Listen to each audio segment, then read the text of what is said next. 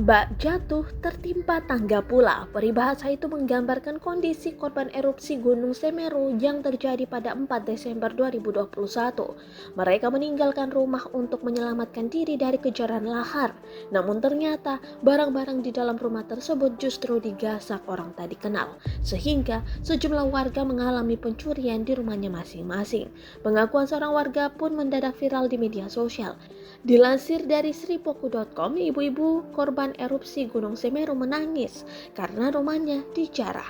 Ibu warga desa Curah Kobokan itu mengatakan bahwa hewan ternak miliknya diambil. Bahkan ada pula kulkas milik korban yang dijarah oleh orang tak bertanggung jawab. Dalam video tersebut, seorang perekam video memintai keterangan warga Curah Kobokan yang menjadi korban erupsi Gunung Semeru.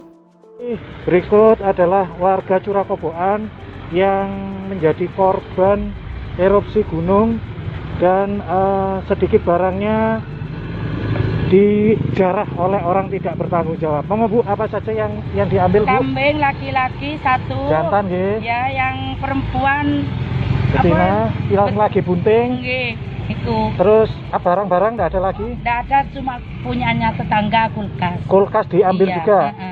Terus punya jenengan hanya hewan ternak saja? Iya, 2 itu. Nah, ini merupakan kesaksian dari korban. Jadi kita harapkan dari pihak keamanan juga menyeterilkan yang dikhawatirkan betul-betul terjadi. Kemarin saya juga sempat ngomong pada pihak keamanan untuk menjaga kesterilan jalan akses menuju Curah Kobokan, dan betul-betul terjadi barang yang dijarah oleh orang yang tidak bertanggung jawab.